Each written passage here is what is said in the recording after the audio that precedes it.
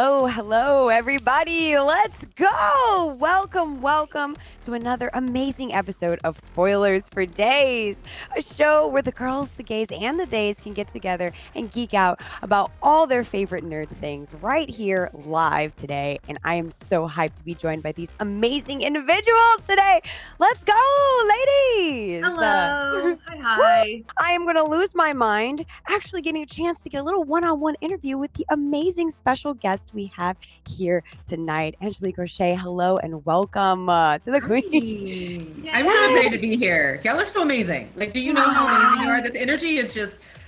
Can we just? I'm gonna do this all night. Like, my God. You're moving amazing. in. Aw. Now, I get the honor to actually give the proper intro for our special guest here. Angelique Roche has contributed to NBC News, Black Girl Nerds, Sci-Fi The Wire, Marvel.com, The Nerdist, Rewire News, all the things. You've seen her around. She's currently the host of Marvel's Entertainment, Marvel's Voices podcast, and formerly on-air contributor and host of the podcast Brave New Pod and Geek Explained for Sci-Fi Wire, host of New York's Public Radio's live monthly show, and podcast Very Biggest Questions at the Green Space. So many things. I literally don't know how you have any time to do anything for yourself, but we'll get into that. She is also a creator and a producer of her own live stream segment, including her video conversation series, the podcast Creative Quarantine. She has been playing games for a long time and is a huge action adventure game person, notably including Spider-Man Miles Morales, Horizon Zero Dawn, Last of Us. I know we were talking about that in the pre-show while we were getting ready. And so Caliber and Tomb Raider, girl, we might have to get into some game talk before we get into the what if talk, because I am hyped today. Thank you, Angelique Roche. Welcome to the stream officially. Thank you. I actually now feel real hyped. That was the best introduction I've ever gotten. Aw. Thank you so much. I'm so hyped. I'm like curious because there's so much you like, so much you're into. I'm like dying to know what started all of your nerdom, but we have tons of other questions to get into too. But I think I kind of want to start there. My God, where in the world did you begin? What was your entry point? How did we get here? How did you become one of us, you know? So one, my father is a librarian, so I want to be very clear that this did not appear out of nowhere. And he's not just a librarian, he's a law librarian, which makes him extra nerdy. But I say all this, my sci-fi love actually started in two different places. PBS. Thank you, Public Broadcasting System, for giving me all of the British television and all of the Doctor Who, hence my TARDIS, and all of the Red Dwarf and all of the dope sci-fi stuff that was already happening long before I was born. Like, Tom Baker was my first Doctor. And my mom loved Star Trek. She used to watch it as a kid, and so she kind of gifted that to me. And it was a show I was allowed to watch when I got older, and then before I started sneaking to watch horror anthologies. I loving that you're coming from, like, we have a lot of otakus here, like we're big weebs and stuff, we're comic book heads, cosplayites, which you also dabble, I have seen, but it feels like you come from like this really cool like realm of like sci-fi fantasy, which I feel like we don't get to talk enough about here, and like I really enjoy that perspective that you have from that. So I want to know how you go from sci-fi fantasy to comic books. Where's your jump? Where's your trail? Or were you just like throw me in the deep end, I'm in it to win it, let me make it a career? Like, how in God's name are we getting here? So it's a little weirder than that, actually. So it's a lot weirder than that. So I love this. I'm a huge cinephile. You know, I played games until I got to college, and my mother, thinking that I needed a good fallback for being a creative, was like, you should go to law school. And so I did. And then I became a lawyer. Wow. And I passed the bar. And then I was like, I don't really want to practice law. And then the recession happened. So I ended up on Capitol Hill working for a senator for 4 years before I went into politics. Then I left politics and went and worked in philanthropy for another 3 years for the Ms. Foundation for Women. Now, all of this is happening. I'm still writing. I'm still doing performance poetry. Actually was my outlet for a while because like I couldn't like could like I love my that. plate was full. And when I got to New York, my friends were like, "You're in New York now. You should take improv. You should." And so a friend offered me a gig at SiriusXM. I ended up doing SiriusXM and started doing voiceovers. And I was actually one of the first writers at Black Girl Nerds. And for a while was off and on. I had a column called Polyblurred. I tried my best to blend my life. And eventually, you know, my boss kind of understood because she was my mentor. She was like, the creativity started going into me producing films for work. And eventually one day I was like, I need a sabbatical. I'm out and overseas for 30 days with a friend of mine who was working and entertaining the troops. Armed Forces Entertainment, which is kind of the jam. Actually, it's Carolyn Malachi, whose first song was actually the theme song for the Black Girl Nerds first podcast because we've been friends for so long. Wow, And this is so cool. while I was there, I got my email from Marvel. I'd had a couple friends who had like been in and out of the comic scene and doing improv and like doing stuff for Marvel because a lot of us actually come from, I'm a drama club kid. A lot of us come from a drama club background, acting background. And she was like, "Hey, I'm going to send your stuff to somebody." And I was like, "Okay, cool." And so I got an email while I was in Bahrain. "Hey, this is XYZ from Marvel. We're doing a thing. We'd love to talk to you." And I was like, "Oh, cool. Immediately emailed my friend and was like, "Yo, I'm in another country. Is this spam? I don't know what this is. Do you know this person? What is happening?" The panic. I just, what? And so I came back, and a couple months later, I voice test for my first podcast with Marvel, and a couple months later, got my first show with SciFi, and kind of the rest was history. It was a place I love. I love this story. telling good Jacki! stories. Dude, Yeah, that is so inspiring. From effing law school? You're like literally doing so many roles, titles, career paths. Like, I don't even want to name them, but like between writing and doing kind of like your host work, I want to know, like, what is your biggest goal in that lane or multiple lanes? Like, what are you really kind of striving to get for? What is your end game?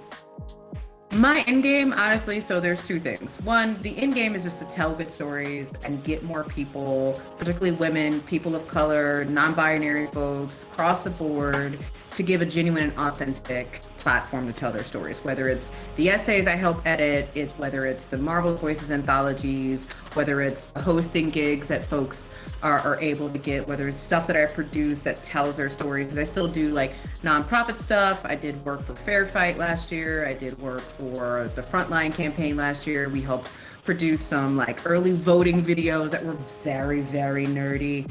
But for me, like, one day I'm going to retire, be an adjunct professor of whatever, and wear like Converse. Like, that's the dream. You ever been like watch like Saved by the Bell, the college years where the teacher walks in and Zach doesn't know it's the teacher and he's got like a pair of Converse and jeans on? That's the dream. That's it. That is the dream, to retire, to be that teacher who's like, you look a little old to be a student, but you also kind of look like a student. So I love it. buddy. Oh my God. But yeah, I mean, honestly, like, it sounds a little altruistic, but I think when you have authentic stories to tell and folks get a chance to tell dope stories and you get a chance to meet people like Shoshana Sachi, who's over at Doom Patrol, or like Nick Jones, who wrote Yasuke, and these are people like out there who also got incredible backstories, who've done this amazing stuff, and now they're telling these really dope, really unique stories that we wouldn't have if it wasn't for them. Is there a character in any universe or story that you identify with most? I know you talked on some of your favorites, but is there like one character or story that you're like, this is my world, this is me, this is everything? So this is gonna sound weird. It's gonna be a throwback. D'Artagnan from the Three Musketeers. Oh, cool. It's Okay. really crazy. It's a really crazy, like, why, you ask? Yeah. Well, so D'Artagnan is a hopeless romantic who is from a very small town, just wants to do the right thing and keeps getting himself in trouble and stepping over the wrong lines and still figuring it out, because at the end of the day, he just wants a hero's journey. I also love Alexander Dumas because he is, a lot of people don't know, a French Haitian writer. And part of my family is Haitian. And, when I read The Three Musketeers for the first time, I did not realize he was Black. And for me, reading D'Artagnan's story, even though I identify with a dozen of other characters since, right? Like, I am a huge fan of Monica Rambeau. I am a huge fan of so many, Harley Quinn is. Oh, damn. I love her. So Yeah. fun. Yes. Yeah. Oh. Yeah. There's a lot of firsts of Harley Quinn back there. But I say all that to say, D'Artagnan was that first character where he just didn't fit in, and he was just always a second late. He gets to Paris, and he's like, "Sorry for you, dude. Three Musketeers have been disbanded. This is it. This was the thing. This is what I've been living my whole life for. What do you mean it's not here anymore?" And then he falls in love with a woman, right? And he continues to go through these trials and tribulations and work and fight, and not because he's trying to be rich, not because he's trying to amass all this wealth, but because he wants to make something of himself. Well, Angelique, do you have anything that you are working on right now? Anything that's coming up that we can know that's cooking, that you can share with us? Because I want to know what's in the tuck. What do I got to be on the lookout for? All right, so today I interviewed Don Cheadle, which was cool. It went live today. He's delightful. If you want to, he's also just a very wise, he's just a very wise man. So many nuggets of wisdom dropped in that. I am doing some stuff right now. We've got Marvel's Voices Heritage coming out. We're making plans for 2022. I know we're prepping, Women of Marvel still out there. I'm one of the co-hosts of that. There's a couple. I'm also, I can now say this, I was a voice on a podcast called Star Tripper. I cannot say what I played, but it is adorable and it's non-binary, and it made me very, very happy. That's cool. I also, there is a short animated film called Diary of a Mad Black Werewolf, by Micheline Hess, and Mark Chang did the animation, and I am the voice of the Alpha Werewolf. It's in the Atlanta Film Festival and the Austin Horror Film Festival shorts. Don't quote me, but it's in 2 film festivals right now showing, which is why I cannot send you a link, because you know how the film festival works. But there is the preview, I think, is on my IG. So I'm really excited about all of that kind of stuff, and just, working to see what comes next, right? Yes. Y'all know this. It's always about grinding to the next thing and figuring out what it means to get to the next thing. We might have some announcements coming out in November that I have been holding on to for a year, but I still can't say anything. Thank you so much for joining with thank us you for joining on our us, talk. Angelique. I want you. I'm I wish we were here. More episodes, more things to talk about.